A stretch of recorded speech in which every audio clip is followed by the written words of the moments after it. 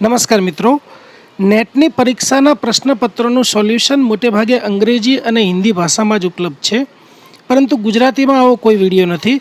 આથી કેટલાક મિત્રોની લાગણી અને માગણીને માન આપીને આ વિડીયો બનાવવાનો નમ્ર પ્રયાસ કર્યો છે, જેમાં બને એટલી શોર્ટ ટ્રિક્સ આપવાનો પણ પ્રયત્ન કર્યો છે. આશા છે આપ સૌને મદદરૂપ નીવડશે.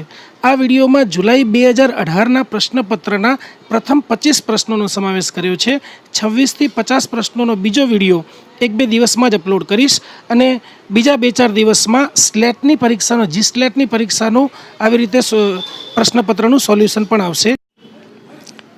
प्रश्न 1, निम्नलिखित में से कौन सा कथन समुच्चय शिक्षण की प्रकृति और उद्देश्य का उत्तम ढंग से विवरण प्रस्तुत करता है? नीचे दिए गए कूट में से अपने उत्तर को चुनिए.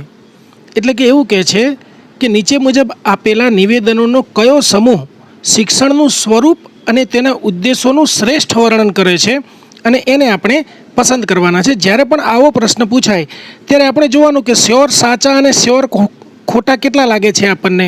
તો એમાંથી જેટલા શ્યોર સાચા લાગતા હોય તો એ પ્રમાણે જવાબનું અર્થઘટન કરવાનું અને જેટલા શ્યોર ખોટા લાગતા હોય એ પ્રમાણે કરવાનું. લગભગ આવા પ્રશ્નો ખોટા પડવાની શક્યતા બહુ ઓછી હોય છે, કેમ કે આપણને આવા ધારો કે 5-6 આપેલા હોય તેમાંથી 2-3 તો પરફેક્ટ આવડતા જ હોય, તો એ પ્રમાણે આપણે જવાબનું અર્થઘટન કરી શકીશું.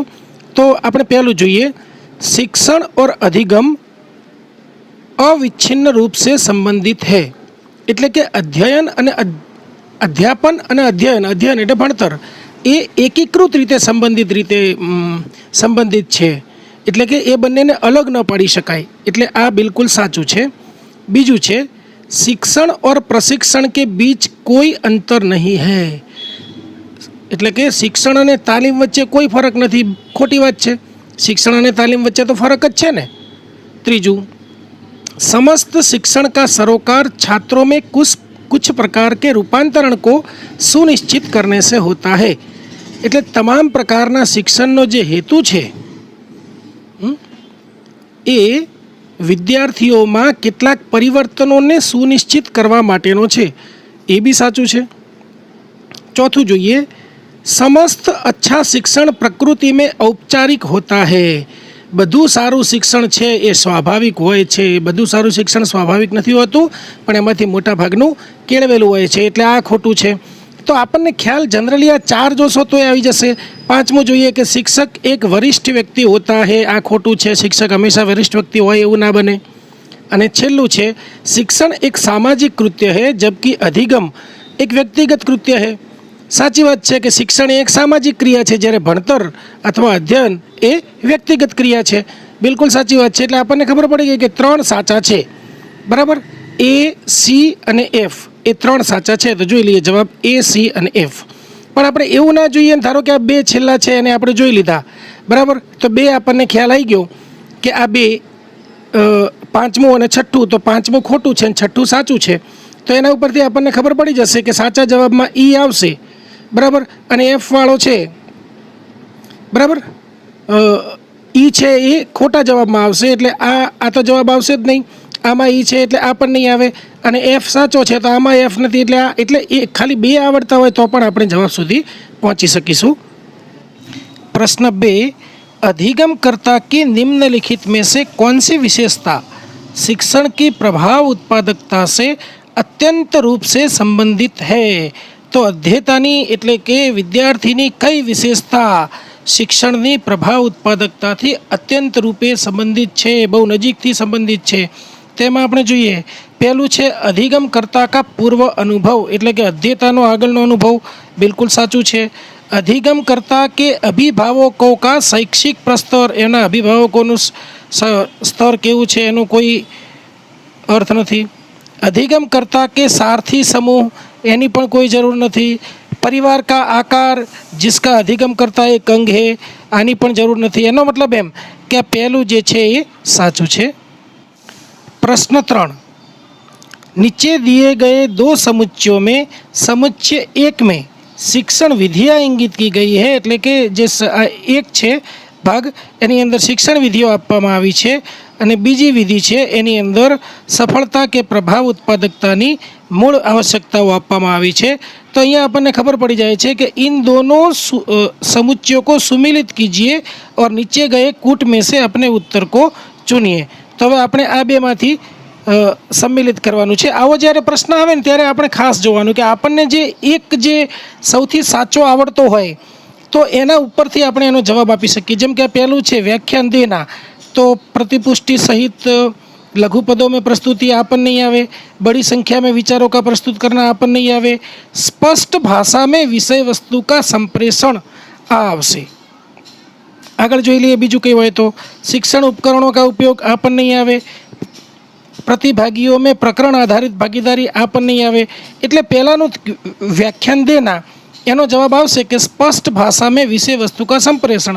आ ज आवे छे, बीजू कोई नहीं आवतुं। एटले पहेलानुं त्रीजुं जोई लेवानुं के 3 में आवे छे, बीजू कोई छे नहीं। तो हवे आपने ख्याल आवी जवो जोईए कि आ जवाब तो 3 ज आवशे, पण बीजा आपणे एक वखत चेक करी लेवाना।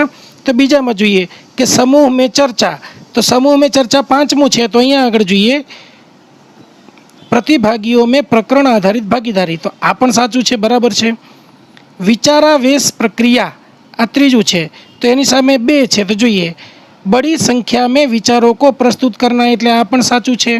अने एना पछी चौथुं छे अभिक्रमित अनुदेशन की पद्धति कई छे 1। तो एमां जोई लीए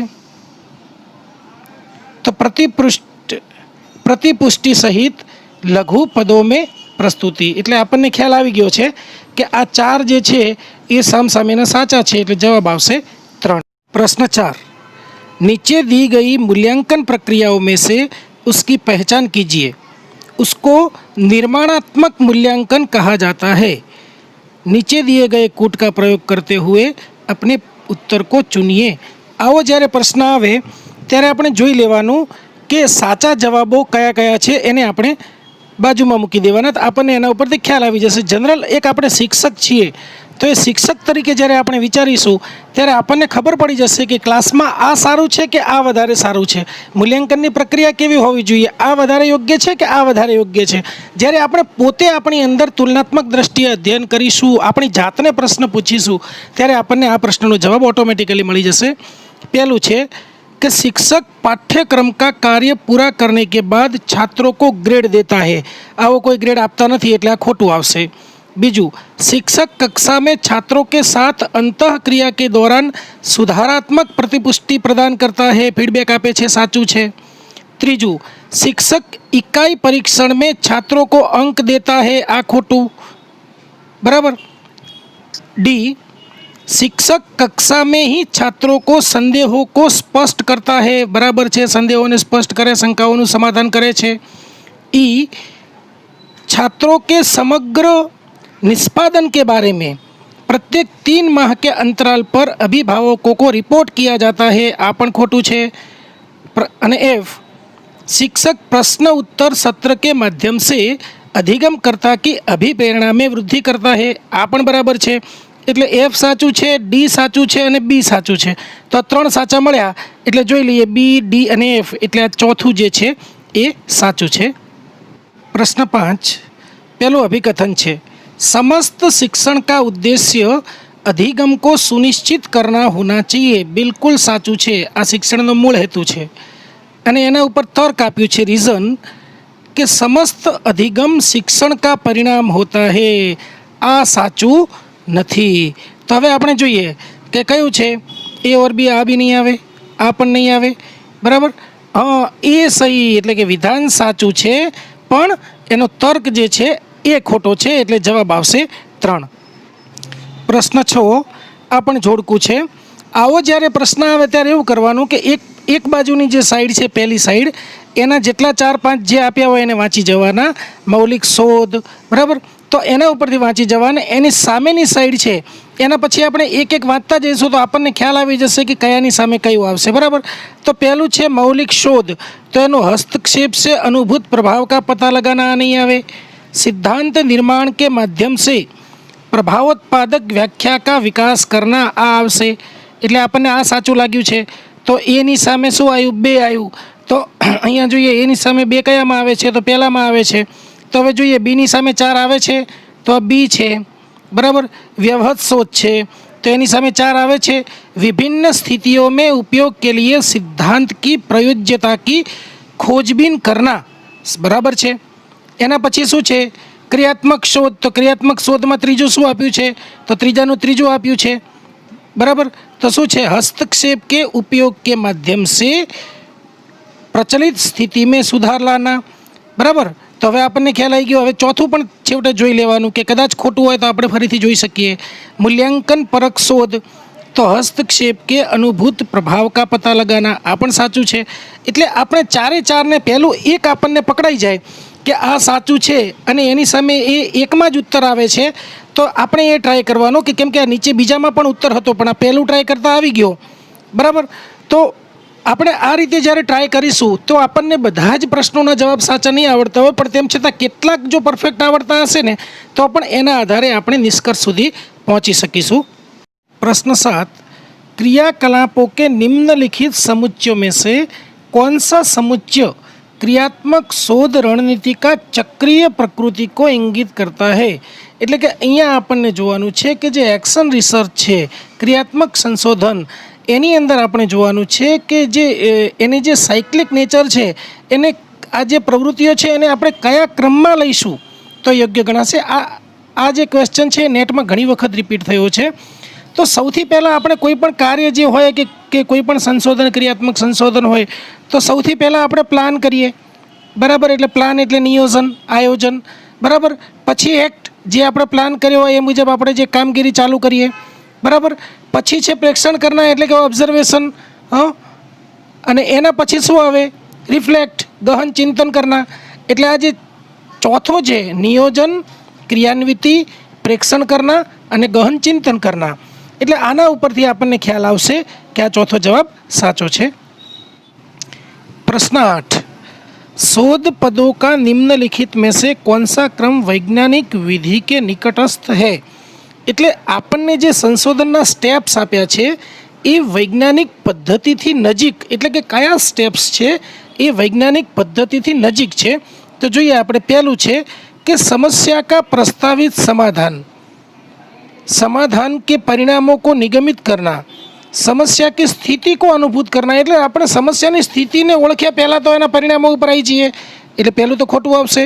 બીજું, समस्या की स्थिति को अनुभूत करना, वास्तविक समस्या की पहचान और उसकी परिभाषा, परिकल्पना करना, प्रस्तावित समाधान के परिणामों को निगमित करना और परिकल्पना का कार्य रूप में परीक्षण करना। એટલે આ જે છે એ સાચું છે। प्रश्न 9, शोध नैतिकता की समस्या शोध क्रियाकलापों के किस पहलू से संबंधित है? तो અહીંયા આપણે જોઈએ तो पहलू છે शोध प्रबंध के निर्धारित प्रारूप के अनुसरण से, એટલે કે નિબંધના નિર્ધારિત ફોર્મેટને અનુસરીને, એટલે ફોર્મેટને નૈતિકતાને કશું લાગુ પડતું નથી એટલે આ નહીં આવે। બીજું છે गुणात्मक या मात्रात्मक तकनीकों के माध्यम से आंकड़ों के विश्लेषण से, એટલે કે ક્વોલિટેટિવ કે ક્વોન્ટિટેટિવ ટેકનિક દ્વારા ડેટા એનાલિસિસ। હવે ડેટા એનાલિસિસને નૈતિકતાને કોઈ સંબંધ નથી। ત્રીજું છે शोध के समन को परिभाषित करने से, संशोधन समन्सनी व्याख्या, कोई આપણે વ્યાખ્યા આપવાથી એની અંદર કંઈ નૈતિકતા જેવું આવતું નથી। ચોથું જોઈએ સાક્ષ્ય આધારિત શોધ રિપોર્ટિંગ, એટલે કે પુરાવા આધારિત સંશોધનનો અહેવાલ, બરાબર છે। અહેવાલની અંદર આપણે જ્યારે અહેવાલ લખીએ સાક્ષ્ય આધારિત, પુરાવા આધારિત, ત્યારે આપણામાં નૈતિકતા હોવી જરૂરી બને છે, એટલે જવાબ આવશે 4। प्रश्न 10, निम्नलिखित में से किस क्रियाकलाप में सृजनशील और समीक्षात्मक चिंतन के संपोषण को अधिक क्षमता है? तो आमा आपणे जोवानुं छे કે કઈ પ્રવૃત્તિઓમાં સર્જનાત્મક અને વિવેચનાત્મક વિચારસરણી માટે મોટા પ્રમાણમાં, એટલે કે વધારે સંભાવના રહેલી છે। તો આપણે આ જે 4 પ્રવૃત્તિઓ આપેલી છે એનું આપણે તુલનાત્મક રીતે જોવાનું છે કે કઈ પ્રવૃત્તિમાં સર્જનાત્મક અને વિવેચનાત્મક વિચારસરણી માટે વધારે સંભાવના રહેલી છે। તો આપણે જોઈએ શોધ સારાંશ કો તૈયાર કરના, એટલે કે સંશોધનનો સાર તૈયાર કરીએ એની અંદરથી તો કંઈ એટલું બધું થશે નહીં। संगोष्ठी में शोध लेख को प्रस्तुत करना, संगोष्ठी में सेमिनार में આપણે शोध लेख ने प्रस्तुत करिए, प्रेजेंट करिए तो एनाथी पण एटલું થશે નહીં। કાર્યશાળા में भागीदारी, वर्कशॉप में भागीदारी थी पण एटલું नहीं थाय। પણ આ ત્રીજું સાચું આવશે, शोध सम्मेलन में भागीदारी। बराबर, એટલે જવાબ આવશે 3। પ્રશ્ન 11। હવે આપણે જુઓ કે આ જે છે 11 થી 15 પ્રશ્નોના જવાબ છે ફકરા ઉપરથી જવાબ આપવાના છે। જ્યારે ફકરા ઉપરથી જવાબ આપવાના હોય ત્યારે ખાસ યાદ રાખવાનું કે પહેલો ફકરો નહીં વાંચવાનો, પહેલાં પ્રશ્નો અને એના વિકલ્પ છે એ આપણે 1-2 વખત વાંચી લેવાના। એટલે જ્યારે આપણે ફકરો વાંચીશું ત્યારે એના વિકલ્પ અને જે પ્રશ્ન છે એના ઉપર આપણું ધ્યાન જશે અને એને કારણે ફકરાના જવાબો છે એ આપણે જલ્દી આપી શકીશું। तो સૌથી પહેલો પ્રશ્ન જોઈએ कि उपरोक्त गद्यांश के अनुसार निम्नलिखित में से चौथे आयाम को इंगित करता है। तो અહીંયા આગળ જોયું, અહીંયા આગળ જ આપણને દેખાશે चौथे आयाम पर भी ध्यान रखती है जो व्यवसाय, व्यापार, प्रौद्योगिकी की और आधुनिक गतिशीलता से निमृत है और जो निरंतर बदलते लक्ष्यों की ओर अग्रसर करता है।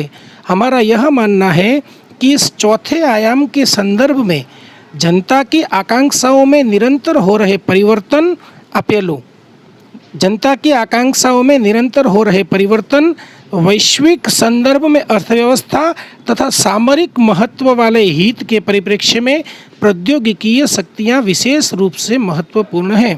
तो अहींया जो आ जे आयु त्रीजा नंबरનું सामरिक हित, सामरिक महत्व, बराबर। बीजू आयु वैश्विक परिप्रेक्ष्य में अर्थव्यवस्था, ये आयु वैश्विक संदर्भ में अर्थव्यवस्था। અને પહેલું આવ્યું જન આકાંક્ષાએ, આવ્યું જનતા કી આકાંક્ષાએ। એટલે આ 3 સાચા હશે, આધુનિક ગતિશીલતા નહીં આવે। એટલે આપણને અહીંયા ખબર પડી કે એ, સી અને ડી આ 3 શેમાં આવે છે? એ, સી, ડી। તો આ એ, સી, ડી છે એ વિકલ્પ 3ની અંદર આવશે। એટલે અહીંયા આગળ વિકલ્પ 3 સાચો છે। પ્રશ્ન 12। अधिक उत्पादक रोजगार पैदा करने के लिए आवश्यक है। શું જરૂરી છે? तो આપણે જોઈએ અહીંયા આગળ પહેલું प्रौद्योगिकी का व्यापक अनुप्रयोग, प्रतिस्पर्धात्मक बाजार का दायरा सीमित करना, भू राजनीतिक सोच विचार અને વિશાળ ઉદ્યોગ। તો અહીંયા આગળ આપણે ફકરામાં જ વાંચ્યું કે प्रौद्योगिकी शक्तियाँ अधिक उत्पादक रोजगार पैदा करने तथा मानव कौशलों को अद्यतन बनाए रखने की दृष्टि से महत्वपूर्ण है। तो અહીંયા આવી ગયું प्रौद्योगिकी का व्यापक अनुप्रयोग, એટલે એક જવાબ સાચો આવશે। પ્રશ્ન 13। प्रौद्योगिकी की अनुपस्थिति में किसका मार्ग प्रशस्त होगा? टेक्नोलॉजीनी अनुपस्थितिमां एमां ऑप्शन आपेला छे कम प्रदूषण, मूल्यवान प्राकृतिक संसाधनों की बर्बादी, बराबर, निम्न स्तरीय मूल्य संवर्धन और अत्यंत गरीब लोगों को सबसे अधिक नुकसान। तो आमांथी आपणे आ जे आपेलुं छे तेमांथी आपणे विकल्प पसंद करवानो छे। तो अहींया आगळ आपणे जोईए कि प्रौद्योगिकी पर अपेक्षाकृत अधिक बल को अनुपस्थिति से निम्न स्तरीय उत्पादकता और मूल्यवान प्राकृतिक संसाधनों की बर्बादी का मार्ग प्रशस्त हो सकता है। એટલે એક તો આવી ગયું, બરાબર। એના પછી જુઓ निम्न स्तरीय उत्पादकता या निम्न स्तरीय मूल्य संवर्धन से जुड़े क्रियाकलाप अंततः अत्यंत गरीब लोगों को सबसे अधिक हानि पहुंचाते हैं। એટલે આ બંને આવી ગયું, निम्न स्तरीय मूल्य संवर्धन અને अत्यंत गरीब लोगों को सबसे अधिक नुकसान पहुंचाता है। એટલે આ 3 बी, सी અને डी આ 3 સાચું છે। આ એક એ છે એ જ નથી, એટલે બી, સી અને ડી આ 3 જે છે એ વિકલ્પ નંબર બી, સી, ડી એ વિકલ્પ નંબર 2 માં આવે છે, એટલે આ 2 સાચો છે। પ્રશ્ન 14। प्रौद्योगिकीय आगतों के लाभ का परिणाम होगा। શું આવશે પરિણામ? तो जो अनियंत्रित प्रौद्योगिकीय समृद्धि, અહીંયા આપણે વાંચી લઈએ એટલે ખ્યાલ આવી જશે कि हमारी जनता को एक नए जीवन तक पहुंचाना और वह जीवन प्रदान करना जिसके लिए वह हकदार है, इस बारे में प्रौद्योगिकीय आवश्यकता महत्वपूर्ण है। तो आना ऊपर आपने क्या ख्याल आ जाए कि आ चौथुं ज आवशे, हमारे लोगों को गरिमामयी जीवन तक पहुंचाना। प्रश्न 15। विकसित भारत की कल्पना को साकार करने के लिए आवश्यक है। एक छे प्रमुख आर्थिक शक्ति बनने की आकांक्षा, विदेश में तैयार की गई परियोजना पर निर्भरता, लघुकालिक परियोजना पर ध्यान केंद्रित करना और संकेंद्रित प्रौद्योगिकीय शक्ति का विकास। तो हवे आपणे जोईए अहीं आगळ छे कि प्रौद्योगिकीय शक्तियों को विकसित करना विकसित भारत की कल्पना को साकार करने के लिए महत्वपूर्ण है। એટલે આપણને આ ચોથો જવાબ સાચો આવશે, કેમ કે અહીંયા એવું છે કે સંકેન્દ્રિત પ્રૌદ્યોગિકીય શક્તિ કા વિકાસ, એટલે જવાબ 4 સાચો છે। પ્રશ્ન 16। कक्षागत संप्रेषण में कुछ उद्दीपकों की स्वीकार्यता और अस्वीकार्यता के बीच विभेदन का आधार है। એ બે વચ્ચેનો જે તફાવત છે વર્ગખંડના સંદેશા વ્યવહારમાં અમુક ઉત્તેજનાનો સ્વીકાર અને અમુકનો અસ્વીકાર થાય છે, સ્વાભાવિક છે। તો એ બે વચ્ચેના તફાવતનો આધાર શેના ઉપર છે? તેમાં જો પહેલું આપ્યું છે કે નિષ્પાદન की चयनात्मक अपेक्षा, એટલે શું થયું કે selection expectations of the performance. એટલે આના ઉપરથી પણ આપણને ખ્યાલ આવે છે કે આ તો નહીં જ આવે। साथी समूहों में साथ चयनात्मक संबंधता आ पण नहीं आवे, केम के जूथ साथेનું જે પસંદગીયુક્ત જોડાણ છે એ પણ નહીં આવે। અને આ જે છે ચયનાત્મક ધ્યાન એટલે કે પસંદગીયુક્ત ધ્યાન, સિલેક્ટિવ એટેન્શન આ આવશે। અને ચયનાત્મક નૈતિકતા એટલે આમાં નૈતિકતા જેવું કંઈ આવશે નહીં, સિલેક્ટિવ મોરાલિટી જેવું, એટલે જવાબ આવશે 3। प्रश्न 17 पहलो अभिकथन है कि शिक्षक द्वारा कक्षा में छात्रों को दिए गए आरंभिक संदेशों का बाद में अंतःक्रिया स्थापित करने के लिए महत्वपूर्ण होना आवश्यक नहीं है। એટલે કે એવું થાય કે શિક્ષક દ્વારા વિદ્યાર્થીઓને શરૂઆતમાં જે મેસેજ આપ્યો હોય, સંદેશ એટલે કે સૂચના આપી હોય, એ પછીથી ક્રિયા પ્રતિક્રિયા આંતરક્રિયા માટે મહત્ત્વના ન હોવા જોઈએ। આવું ન હોય, કેમ કે શિક્ષકે જે સૂચન આપ્યું હોય, શિક્ષકે જે સંદેશ શરૂઆતની અંદર આપ્યો હોય, એ ક્લાસની અંદર જે કમ્યુનિકેશન હોય એને યોગ્ય જે જરૂરી કમ્યુનિકેશન હોય એટલું જ કરી શકાય એ માટે કરીને આપ્યો હોય, એટલે આ ખોટું આવશે। બીજું છે એટલે એની અંદર તર્ક જોઈએ આપણે, રીઝન એનું, संप्रेषण प्रक्रिया पर अपेक्षाकृत अधिक नियंत्रण का निहितार्थ छात्रों द्वारा अधिगम पर अपेक्षाकृत अधिक नियंत्रण है। आ साचू है, केम के संदेशा व्यवहार प्रक्रिया पर વધુ નિયંત્રણનો અર્થ એ છે કે વિદ્યાર્થીઓ જે શીખી રહ્યા છે તેના ઉપર વધુ નિયંત્રણ, એટલે વિદ્યાર્થીઓ ઉપર વધારે પડતું જો નિયંત્રણ મૂકવામાં આવે તો એનો અર્થ એવો જ થાય કે વિદ્યાર્થીઓ જે શીખી રહ્યા છે, એમની જે શીખવાની પ્રક્રિયા છે એના ઉપર જ વધારે નિયંત્રણ મૂકવામાં આવ્યું છે। એટલે આપણને ખ્યાલ આવ્યો કે આ જે અભિકથન છે એ ખોટું છે અને જે એનું તર્ક છે, એનું જે રીઝન છે એ સાચું છે। એટલે આપણે જોઈએ કે એ ગલત है लेकिन आर सही है, એટલે એનો જવાબ આવશે 4। प्रश्न 18 आ पण कथन कारणनो ज छे। एमां अभिकथन छे कि कक्षा में कुशल ढंग से संप्रेषण करना एक स्वाभाविक क्षमता है।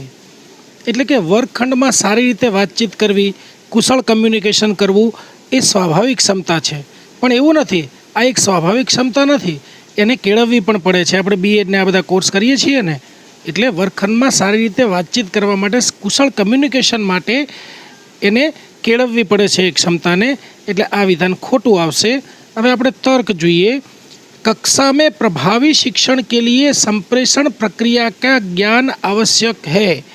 एटले के वर्गखंडमां असरकारक शिक्षण माटे कम्युनिकेशन प्रोसेसनुं ज्ञान होवुं जरूरी छे, ए वात साची छे।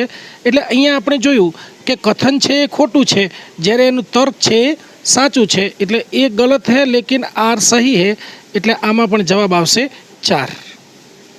प्रश्न 19 अभिकथन है कक्षागत संप्रेषण एक क्रियान्वितकारी प्रक्रिया है। बराबर, एनो अर्थ एवो थशे कि वर्गखंड में थती बातचीत एक स्वाभाविक प्रक्रिया है। बराबर है, साची बात है। बीजू है तर्क है, जो कोई भी शिक्षक इस मान्यता के अंतर्गत कार्य नहीं करता कि छात्रों की अनुक्रियाएं स्वदेश्य होती है। आ खोटू है, केम के विद्यार्थीओना जवाबो हेतुपूर्ण है कि नहीं, अथवा तो हेतुपूर्ण है तेवी धारणा हेठळ ते कार्य करतो नथी। आ खोटू है। बराबर, एटले आनी अंदर जो कथन साचुं छे अने एनुं कारण खोटू है, एटले ए सही है लेकिन आर गलत है, एटले त्रीजो जवाब है ए साचो आवशे। प्रश्न 20 मानव संप्रेषण प्रक्रिया के विवरण के लिए निम्नलिखित में से कौन सा कथन समुच्चय सही है?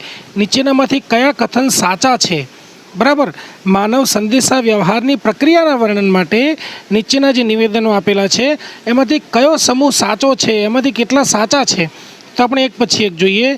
ए छे अशाब्दिक संप्रेषण विचारों को उद्दीप्त कर सकते हैं। साचું છે, કેમ કે અશાબ્દિક સંદેશા વ્યવહાર છે, અશાબ્દિક વાતચીત છે એ વિચારોને ઉત્તેજિત કરી શકે છે। સાચી વાત છે। સંપ્રેષણ એક અર્જિત ક્ષમતા છે। સંપ્રેષણ જે છે એ અર્જિત ક્ષમતા છે। જે વાતચીત છે, સંદેશા વ્યવહાર છે, એ એક અર્જિત ક્ષમતા છે, એટલે એક શીખેલી ક્ષમતા છે, લર્ન કરેલી ક્ષમતા છે। એ પણ સાચું છે। ત્રીજું છે કે સંપ્રેષણ એક સાર્વભૌમ સમાધાન નહીં હૈ। સંદેશા વ્યવહાર એ એક સાર્વત્રિક ઉપચાર નથી, એ પણ સાચું છે। ચોથું છે સંપ્રેષણ ખંડિત નહીં હો सकता, એટલે કે સંદેશા વ્યવહારનો ભંગ ન કરી શકાય, એ પણ સાચું છે। પાંચમું છે कि अधिक संप्रेषण का अर्थ छात्रों द्वारा अधिक प्रभावी अधिगम है। आ खोटू छे, केम के क्लासनी अंदर जे विद्यार्थीओ वधु संदेशा व्यवहार करे एनो मतलब के एमने एमनुं जे शिक्षण छे वधारे असरकारक थयुं छे, भूल भरेलुं छे।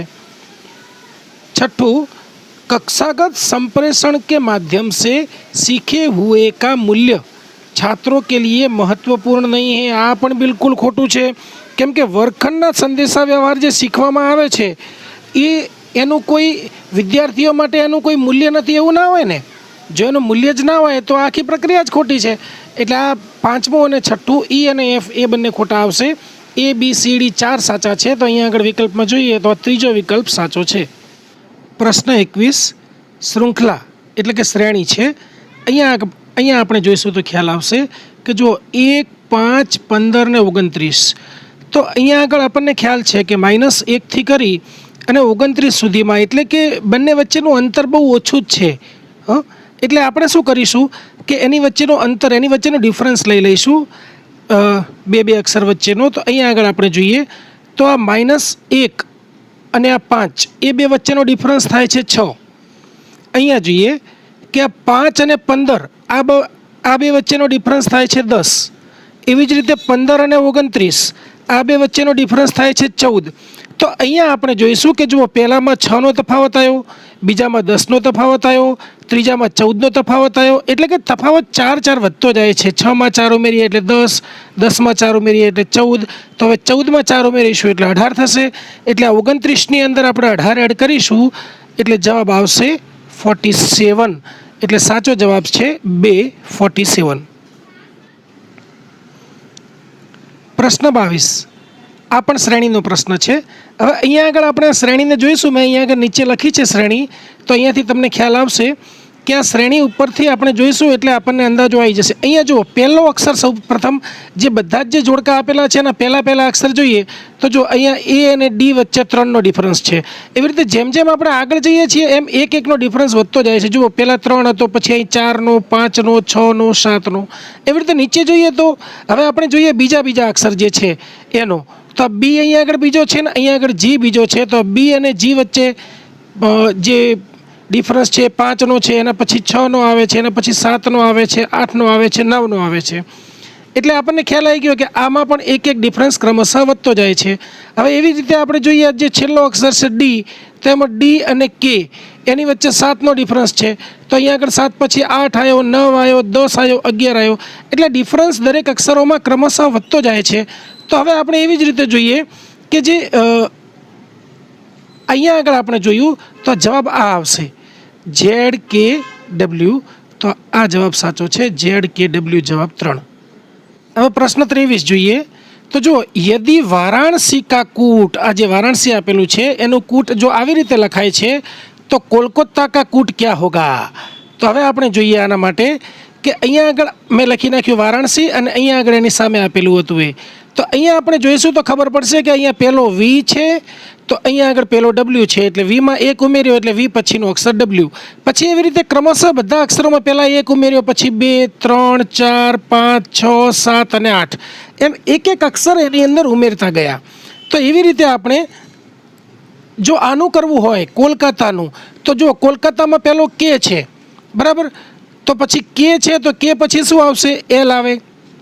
ઓ છે તો ઓ પછી એક કાઢીને લખીએ એટલે ક્યુ આવશે।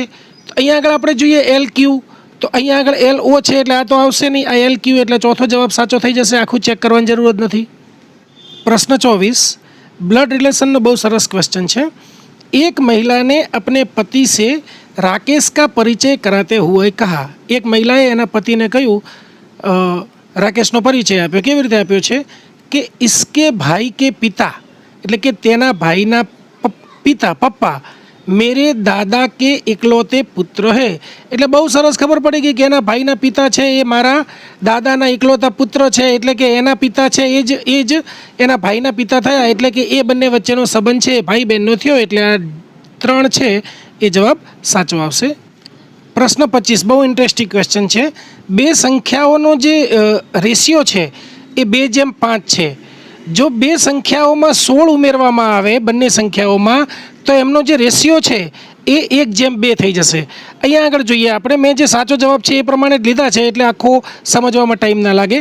અહીંયા જો 32 ને 80 લીધા તો પહેલાં 32માં 16 ઉમેર્યા એટલે 48 થયા, 80માં 16 ઉમેર્યા એટલે 96 થયા. હવે આપણે જોઈએ 48 દુ 96 થઈ ગયા, 48 × 2 બરાબર 96. હવે આપણે અહીં જોઈએ કે 48/96 બરાબર 1:2 થાય, 1:2 અહીંયા આગળ આપેલો છે એ પ્રમાણે થાય. અને બીજું કે પહેલો જે આપેલો હતો 2:5 જે બે સંખ્યાઓ મૂળ હતી એમની, તો 32/80 બરાબર 2/5 તો છે જ, આ તો આપેલું જ છે. એનો મતલબ એમ કે બંને જે આપેલી છે શરતો એ ફૂલફિલ થાય છે, એટલે આ જવાબ સાચો છે. તો અહીંયા આગળ જવાબ આવશે 4.